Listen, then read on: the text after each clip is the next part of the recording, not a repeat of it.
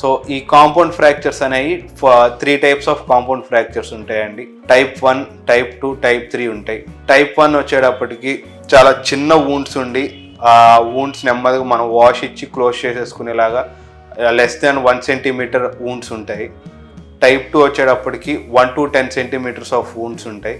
So ఇవి కూడా ఈజీగానే మేనేజ్ చేయొచ్చు, అంత లైఫ్ థ్రెటనింగ్ కాదు. అండ్ మెయిన్ పర్టికులర్లీ టైప్ 3కి వచ్చేటప్పటికి టైప్ 3లో కూడా type 3A, type 3B, type 3C అని ఉంటాయండి. సో ఈ టైప్ 3లో జనరల్గా మనకు వూండ్ సైజ్తో ఇంకా మనకి పని లేదు. టైప్ 3లో ఏంటంటే ఈవెన్ 1 సెంటీమీటర్ ఉన్నా కానీ 5 సెంటీమీటర్స్ వూండ్ ఉన్నా కానీ ఇంటర్నల్గా ఉండే డ్యామేజ్ చాలా ఎక్కువ ఉంటుందండి టైప్ 3లో.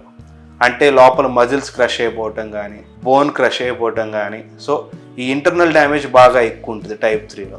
అండ్ టైప్ 3A-Bలో బ్లడ్ వెజల్స్ నార్మల్గా ఉంటాయి, అంటే బ్లడ్ వెజల్కి ఇంజరీ ఉండదు. లెగ్స్కి అయినా కానీ హ్యాండ్స్కి అయినా కానీ బ్లడ్ సర్క్యులేషన్ ఇంటాక్ట్గా ఉంటుంది. ఒకసారి టైప్ 3Cకి వెళ్ళేటప్పటికి మన లిమ్స్లో బ్లడ్ సర్క్యులేషన్ కూడా కట్ అయిపోతుంది. ఒక్కసారి మనకి లిమ్స్లో బ్లడ్ సర్క్యులేషన్ కట్ అయిన తర్వాత గోల్డెన్ పీరియడ్ అని ఒకటి ఉంటుందండి. సో ఆ గోల్డెన్ పీరియడ్ వచ్చి within 6 hours of the injury తీసుకురాగలిగితే మనం మళ్ళీ ఆ బ్లడ్ సర్క్యులేషన్ ఏదైతే కట్ అయిపోయిందో దాన్ని మనం రీఎస్టాబ్లిష్ చేసి లెగ్ని కానీ హ్యాండ్ని కానీ సేవ్ చేయగలం.